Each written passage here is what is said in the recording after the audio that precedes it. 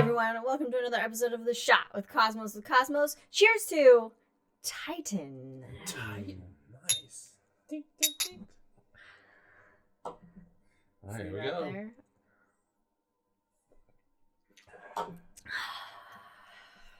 Yeah, I can't say I was expecting that. All right. Okay. That was... Courtesy of China. Got it. There's a linger to it. That's... Oh. Hey, everyone. We're talking Titan. We're going to take a fantastical journey to a mystical world with lakes and seas under a hazy cloud of gas. That's right. Saturn's largest moon. Woo, a world Titan. full of hope and wonder. Yes. A perfect vacation spot. No, it's not. Don't go there. Just saying. Humans not prepared for there. Some quick facts about it. Okay. It is the second largest moon in the solar system. Ooh. It has a diameter of 3,199 miles. For reference, Mars's diameter is 4,202. So it's big. Almost planet size. 212 miles. So it's Apologies. big. It's big. It's a big moon. And it is a moon. Bigger than Mercury? Sure. Um, Before we discuss what we know about Titan, we're going to go back in time. Doo-doo, doo-doo, doo-doo. So it was discovered in March of 1655 by none other than Christian Huygens. And it was the sixth moon ever discovered. And it was named Saturni Luna, which is Saturn's moon. Moon of Saturn, basically. That was its first name. Does that 6 include our moon? Yes. Yes.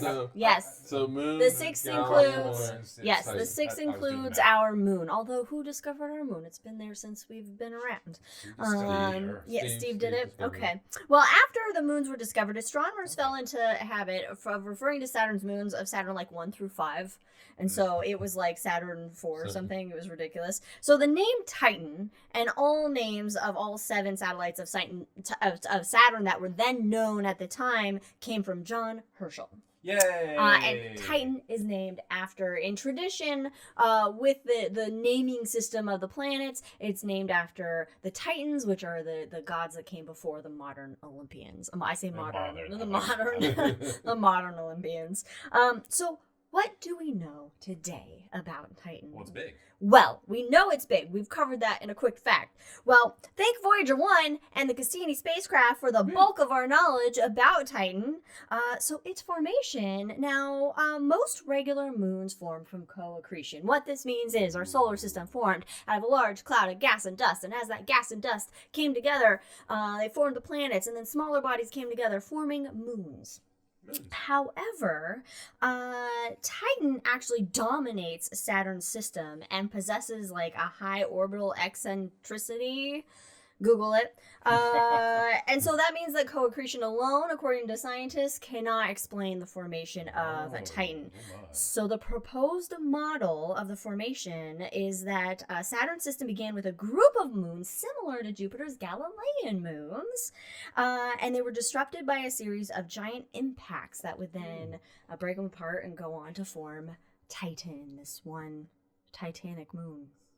Boom. Nice. So its orbit is 15 days, 22 hours around Saturn, and it's tidally locked. How many seconds? It's tidally locked. So that means one side of Titan faces Saturn at all times, just like our moon. Hey.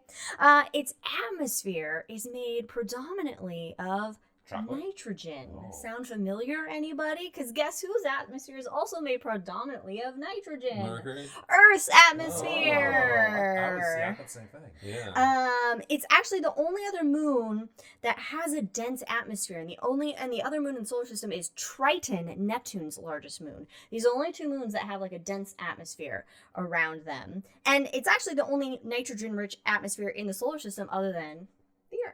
Hey. Sure. However, the atmosphere is denser than Earth's, and it blocks most sunlight. So only like 1% of visible light makes it through to the surface. Do you need sunscreen now when you go out to the beaches? You need a lot more other protection if you go to the You beaches. also gonna need some warm clothes. You need some. You need to bring oxygen, because there ain't none that you can But there's bring. nitrogen. That's close. Okay, another fun fact.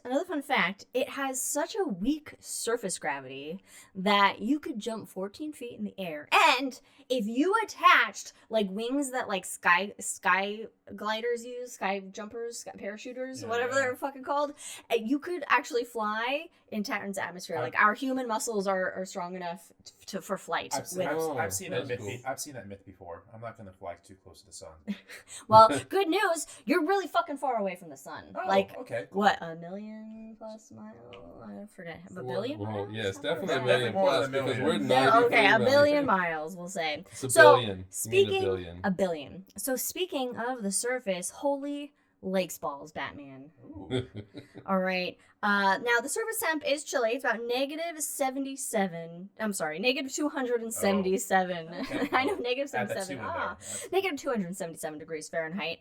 And Titan's clouds are primarily made of methane, ethane, other simple organics. Other And so the Cassini spacecraft, which was a satellite that we sent to I Saturn. always say it at the job. Cassini.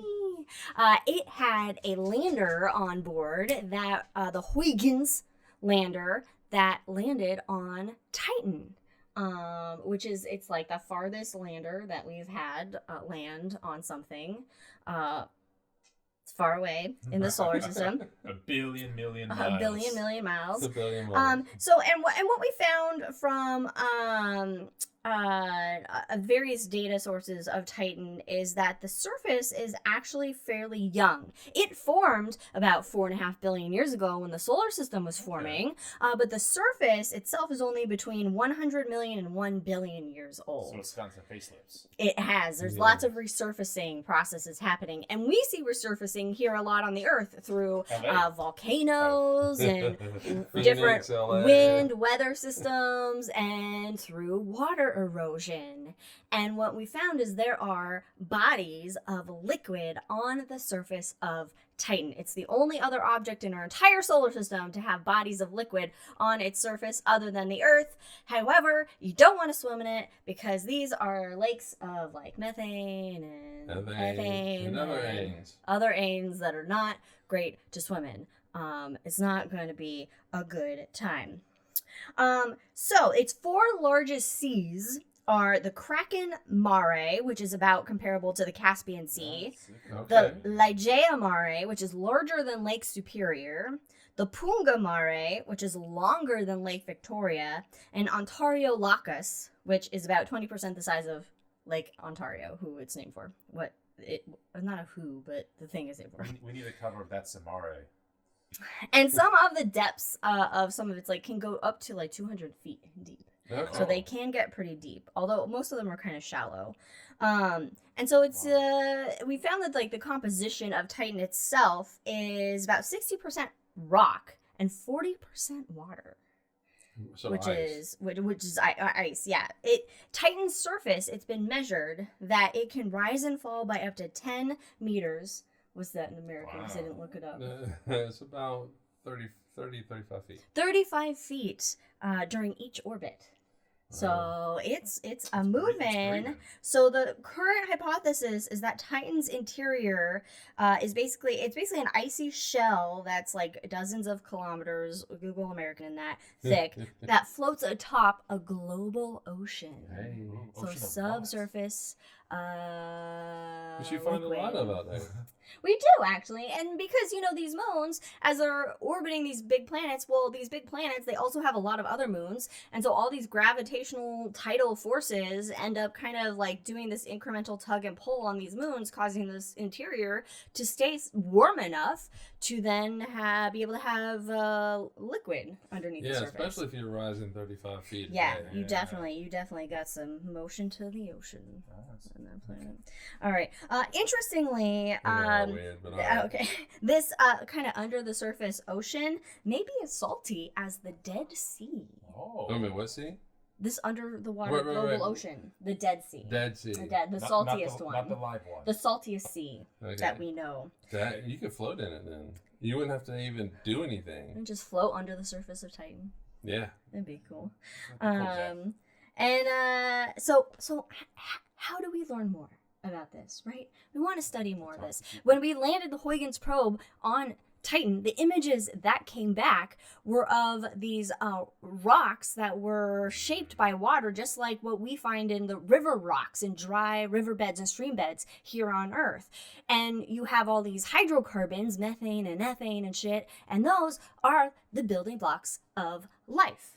So you have water slosh, you have these hydrocarbons that are sloshing around in these liquid bodies. So could there be life on Titan? There's little people, Titan people on there. Possibly Little cows farting. bacteria on there. So how about idea, go there again, Okay. back to Titan, return to Titan. We have to go back. We have to go back.